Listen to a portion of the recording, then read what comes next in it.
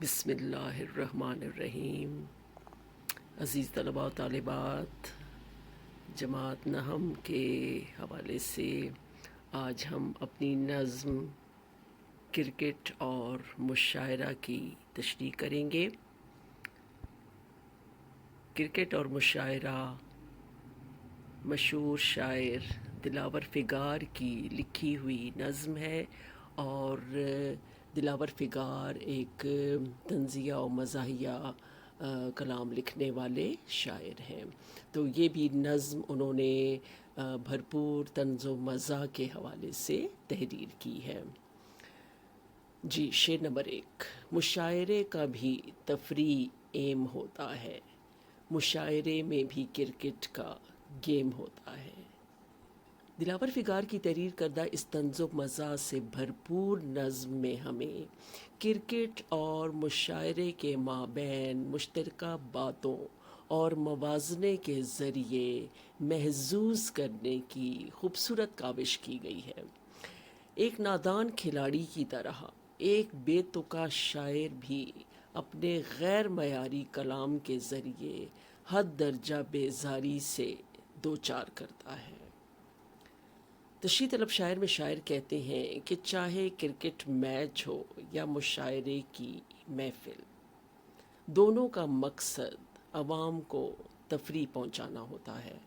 یعنی ایک طرف تو مشاعرے کی بزم آراستہ ہوتی ہے، تو دوسری جانب کھیل کا میدان سجتا ہے، اور دونوں کا مدعا ایک ہی ہے، دونوں کا مقصد ایک ہی ہے، جس کے لیے شاعر نے انگریزی کے لفظ ایم کا استعمال کیا ہے، اور زندگی کی دوڑ میں بہت سے کڑے اور تکلیف دہ مراحل سے نبرد آزما ہونا یقینی ہے۔ اسی لیے کبھی دل چاہتا ہے کہ وقتی طور پر ہی صحیح ان پریشانیوں سے جان چھڑا کر کچھ لمحات اپنے پسندیدہ مشاغل کے لیے مخصوص کریں، تاکہ دلی اور ذہنی سکون کی دولت ہاتھ آ سکے۔ شاعر نے ایم اور گیم کے الفاظ کے ذریعے شعر میں دلکشی پیدا کی ہے کہ چاہے کھیل کے میدان ہوں یا تفریح طبع کی مجالس، انسان کو غم دوراں کی مشکلات کو نظر انداز کر کے اپنے دلی و ذہنی سکون کا سامان کرنا چاہیے۔ جی، شعر نمبر 2۔ وہاں جو لوگ کھلاڑی ہیں وہ یہاں شاعر، یہاں جو صدر نشیں ہے وہاں ہے امپائر۔ شاعر نے اس شعر میں بڑے متاثر کن انداز میں کرکٹ اور مشاعرے کا موازنہ کیا ہے۔ کرکٹ پوری دنیا میں ایک مقبول کھیل کی حیثیت رکھتا ہے، اور لاکھوں لوگ اس کے دیوانے ہیں اور شدید جذباتی بھی ہوتے ہیں۔ کرکٹ کے میدان میں کھلاڑی موجود ہوتے ہیں، جبکہ مشاعرے کی محفل میں بھی شعراء حضرات کے لیے فرشی نشست کا اہتمام کیا جاتا ہے، اور وہ وہاں یکے بعد دیگرے اپنا اپنا کلام سناتے ہیں اور سامعین سے داد وصول کرتے ہیں۔ مشاعرے میں ایک مہمان خصوصی جسے صدر نشین کا نام دیا جاتا ہے، اسی طرح سے مقابلے میں امپائر جو ہے وہ کرکٹ کے میدان میں منتظم کا فریضہ بطریق احسن سر انجام دینے کی صحیح کرتا ہے۔ اس بات میں کوئی شک و شبہ نہیں کہ ہر جگہ کسی بھی منتظم کا ہونا بہت ضروری ہوتا ہے، جیسے بھیڑ بکریوں کو سنبھالنے کے لیے چرواہے کا ہونا ضروری ہے، قوم کو متحد کرنے کے لیے رہنما کا ہونا ضروری ہے۔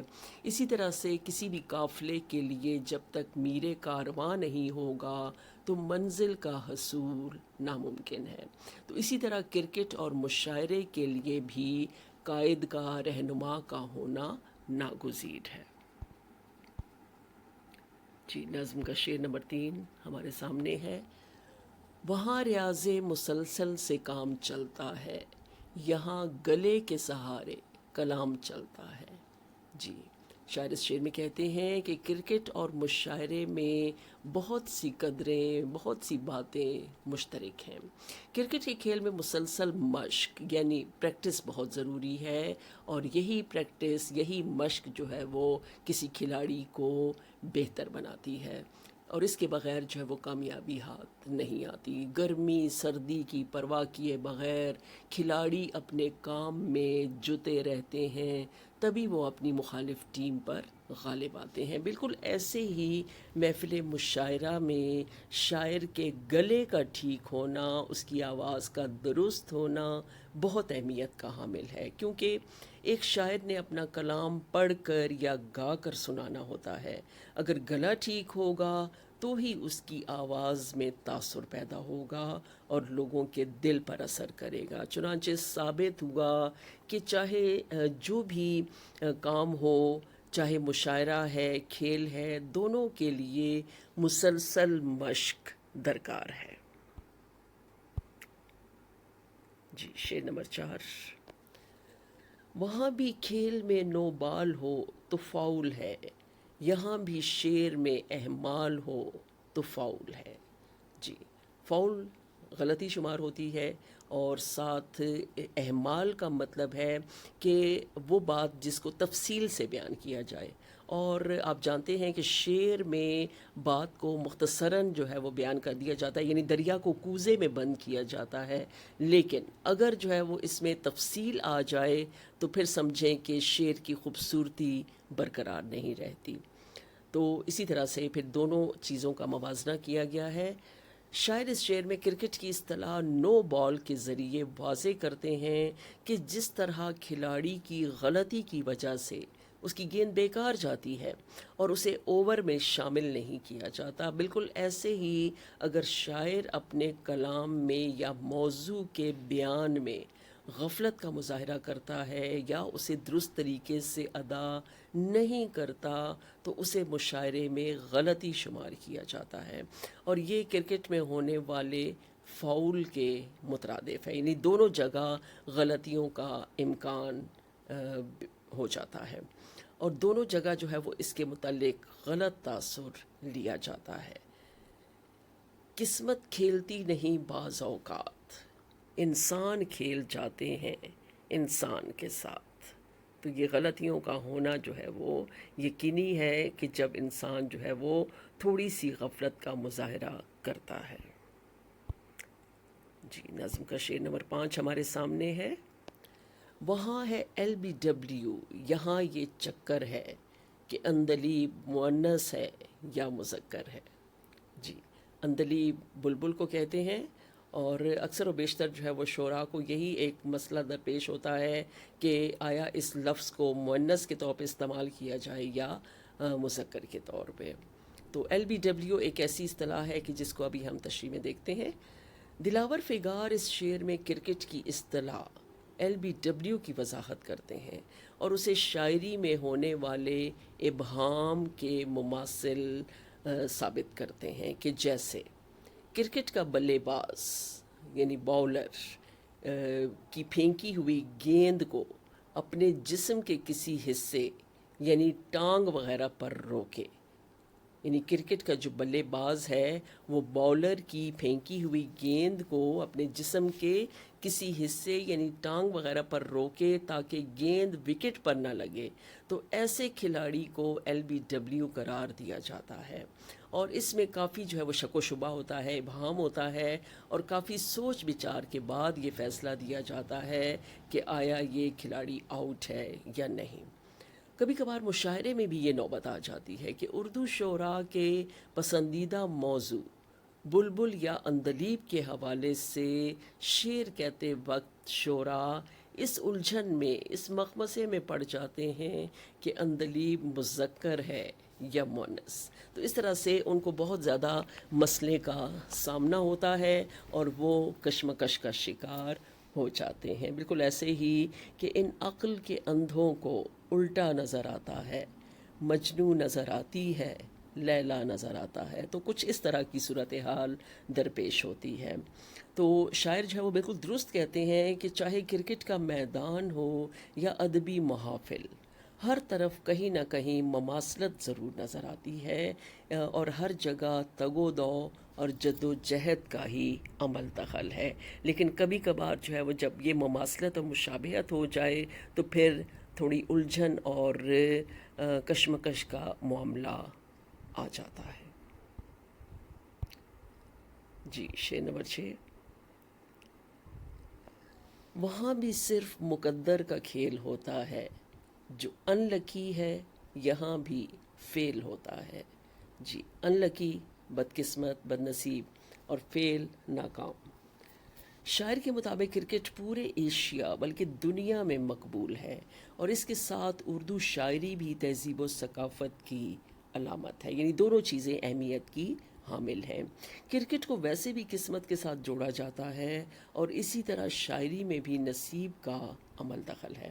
اگر کسی کھلاڑی کی قسمت کا ستارہ بلند ہے تو وہ شہرت کے آسمان پر چمکنے لگتا ہے، اور دوسری صورت میں اسے ٹیم سے باہر کر دیا جاتا ہے۔ اس کے علاوہ شاعری میں بھی قسمت کا مال ہو تو ایک نظم یا غزل اس شاعر کو بام عروج تک پہنچا دیتی ہے۔ یہ سب قسمت کے کھیل ہیں۔ بدقسمت شخص ہر طرح سے ناکام ہوتا ہے، چاہے وہ زندگی کا کوئی بھی مرحلہ ہو، کوئی بھی شعبہ ہو۔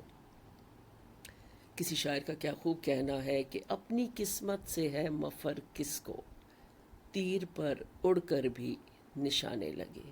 تو قسمت سے فرار جو ہے وہ ممکن نہیں ہوتا۔ شاعر جو ہے وہ اس شعر کے ذریعے یہی سبق دیتے ہیں کہ شاہراہ حیات کے ہر مرحلے میں قسمت کا عمل دخل ضروری ہے، اور قسمت سے آپ جو ہے وہ فرار حاصل نہیں کر سکتے۔ جی نظم کا شعر نمبر 7 ہمارے سامنے ہے۔ وہاں جو لوگ اناڑی ہیں وقت کاٹتے ہیں، یہاں بھی کچھ متشاعر دماغ چاٹتے ہیں۔ جی اناڑی کا مطلب ہوتا ہے کہ وہ شخص جو بالکل ناسمجھ ہو یا کسی چیز کے بارے میں جو ہے وہ جانتا نہ ہو۔ متشاعر اس شخص کو کہتے ہیں کہ جو اپنے آپ کو شاعر کہلانے کا دعویٰ کرے لیکن اصل میں وہ شاعری کی الف بے سے بھی واقف نہ ہو۔ جی تو شاعر کے مطابق جو لوگ کرکٹ کے میدان میں اناڑی یا کمزور ہوں، یا جنہیں کھیل سے محبت نہ ہو بلکہ صرف اور صرف اپنی ذات کے لیے یا پیسے اور شہرت کمانے کے لیے وہ کھیل رہے ہوں، تو وہ صرف اپنا وقت اچھی طرح گزارنے کا مقصود رکھتے ہیں۔ کچھ لوگ اپنے ملک کی عزت میں اضافے کے لیے کوشش کرتے ہیں، چاہے وہ کرکٹ ہو، شاعری ہو، ہر طرح سے وہ اپنی اور اپنے وطن کی ناموس کا خیال کرتے ہیں، لیکن یہ ان کی بات ہے کہ جو ایماندار لوگ ہیں۔ کبھی کبھار مشاعرے میں بھی نام نہاد شعراء الٹی سیدھی نظم یا چند اشعار لکھ کر اپنے آپ کو عظیم شاعر سمجھنے لگتے ہیں، حالانکہ وہ مشاعرے میں آ کر دوسروں کا وقت گنواتے ہیں، بیکار اور بے مقصد قسم کے موضوعات پر تک بندی کر کے سب کو اکتاہٹ اور بیزاری سے دوچار کرتے ہیں، اور بے مقصد کلام ہو یا کام، ہر جگہ اور ہر میدان میں جگ ہنسائی کا موجب بنتے ہیں۔ شاعر کو بھی مشاعروں میں جن تلخ تجربات کا سامنا ہوا، اسی بنا پر وہ بے مقصد شاعری کرنے والوں اور صرف اپنی خوشنودی کے لیے کھیلنے والوں کو اپنے منفرد انداز میں خبردار کرتے ہیں۔ جی نظم کا شعر نمبر 8۔ ہوا کرے اگر سکور اس کا زیرو ہے، یہاں جو شخص پھسڈی ہے وہ بھی ہیرو ہے۔ جی پھسڈی یہاں پہ کمزور کے معنوں میں ہے، اناڑی کے معنوں میں ہے۔ شاعر کے مطابق اگر ایک آدمی قسمت کا دھنی ہے اور اس نے ایک کارنامہ خوش نصیبی سے سر انجام دے دیا تو وہ لوگوں میں ہیرو کے طور پہ مشہور ہو جاتا ہے، اسے عزت و احترام سے نوازا جاتا ہے۔ جیسے ایک کرکٹ کا کھلاڑی کسی میچ میں سینچری یعنی 100 رنز یا ہاف سینچری 50 رنز بنا لے تو وہ ہر جانب سے تفریح کے ڈونگرے سمیٹتا ہے، ہر طرف سے تعریف جو ہے وہ اس کا مقدر بنتی ہے۔ پھر چاہے باقی میچوں میں اس کی کارکردگی ناقص رہے یا وہ ایک بھی سکور کیے بغیر پویلن کی جانب لوٹتا رہے، تو اس سے فرق نہیں پڑتا۔ یہی مثال مشاعرے کی ہے کہ جہاں ناقص، غیر معیاری اور بے وزن شاعری کرنے والے بھی شہرت عام حاصل کر لیتے ہیں اور بام عروج کو چھو لیتے ہیں۔ یعنی ایک چیز جو ہے وہ اگر ان کو شہرت دلا دیتی ہے تو سمجھیں کہ پھر اگر وہ بے مقصد چیز لکھتے بھی ہیں تو تب بھی جو ہے وہ ان کی کارکردگی پر اثر نہیں ہوتا، اور اس کے برعکس وہ جو ہے نا سب سے داد وصول کرتے جو ہے وہ نظر آتے ہیں، چاہے وہ کرکٹ کے کھلاڑی ہوں یا چاہے وہ شعراء ہوں۔ اصل وجہ کیا ہے؟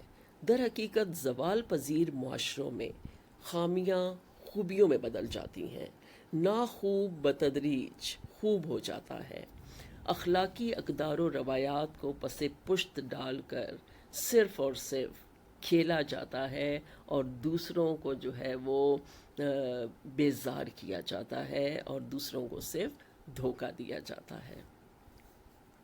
ہر ایک کام ہے دھوکہ، ہر ایک کام ہے کھیل، کہ زندگی میں تماشا بہت ضروری ہے، اور اکثریت کا جو ہے وہ ایسا ہی انداز ہے۔